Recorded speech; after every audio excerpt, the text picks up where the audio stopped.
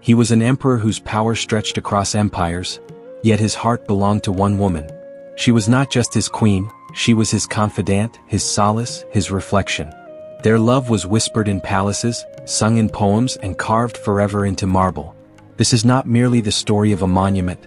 It is the story of devotion that outlived life itself. The love between Shah Jahan and Mumtaz Mahal, the love that built the Taj Mahal. In the early 1600s, India was the jewel of the Mughal Empire, an empire that blended Persian elegance with Indian soul. At its heart stood Prince Khurram, the man who would one day be known as Shah Jahan. Born into luxury, raised for greatness, and destined for the throne, but not yet for love. That love would appear not in battle or politics, but in a quiet palace garden in Agra. Her name was Arjumand Banu Begum, the woman history would remember as Mumtaz Mahal, the chosen one of the palace. Together, they would build a love so profound that it would outshine the power of kings and the passage of time. History records it as a chance encounter, but destiny often hides within chance. In 1607, inside the royal bazaar of Agra, the young Prince Khurram walked among silks, spices, and gemstones, far from the echo of courtly politics. There, among merchants and mirrors, he saw her. Arjumand Banu Begum, the niece of Empress Nur Jahan. Graceful, composed, her eyes calm like the Yamuna itself.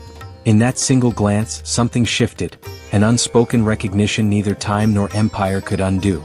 For 5 years, their paths crossed in the gardens and halls of Agra.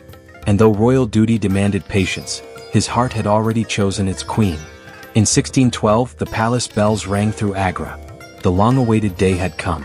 Prince Khurram, heir to the Mughal Empire, was to marry Arjumand Banu Begum. The court called her Mumtaz Mahal, the chosen one of the palace. From the very first day she became not only his queen, but his confidant, his counselor, and the compass of his soul. Unlike most royal unions bound by duty, theirs was bound by choice. They prayed together, traveled together, dreamed together. Even in war, she stood by his side, her presence softening the iron of the battlefield. For Shah Jahan, power meant nothing without her. And for Mumtaz, the empire was merely the stage upon which love had chosen to be eternal. It was the year 1631. The Mughal Empire was at its peak, but in the camp at Burhanpur, death lingered close. Mumtaz Mahal, pregnant with her 14th child, had followed Shah Jahan once more, unwilling to let him face the burdens of rule alone.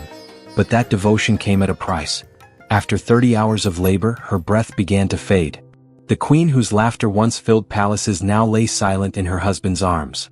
Witnesses said Shah Jahan's cry echoed across the camp, a sound so deep that even the soldiers turned away in tears. In that single moment, the mightiest man in the empire became its loneliest soul. He left his war unfinished. He locked himself away for days, refusing to eat, refusing to rule. When he emerged, his beard had turned white. And on his lips, only one vow remained. If time dares to forget her, I will build a memory that time itself will remember. Years passed, yet her absence filled every breath he took. The emperor who once ruled the world's richest throne now ruled only memories.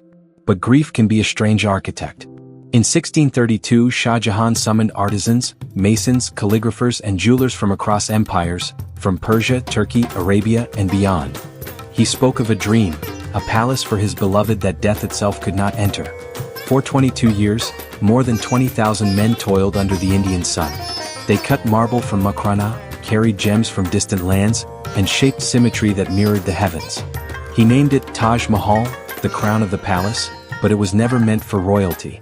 It was meant for love. Every carving whispered her name. Every reflection of moonlight became her smile. And when it was done, even the stars seemed to bow. Years passed. The empire that once bowed to Shah Jahan began to fade. His own son, Aurangzeb, overthrew him, a son born of the same mother whose memory built the Taj. From his prison in the Red Fort of Agra, the once mighty emperor had only one window, and through it he could see the Taj Mahal shimmering across the river. Day after day, year after year, he gazed at it, the resting place of his beloved, the promise he had kept. They say he spent his final night with the reflection of the Taj in his eyes.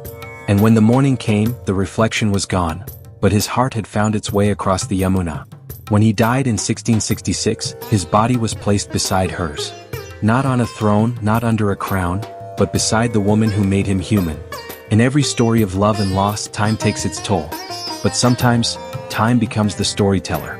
The Taj Mahal is not just a monument, it is a heartbeat carved into eternity. A whisper of devotion that still travels through marble halls, through rivers, through centuries. If you have ever loved so deeply that the world itself seemed too small to hold it, then you already know what Shah Jahan felt. Because this is love as history remembers it. And this is Echoes of Time.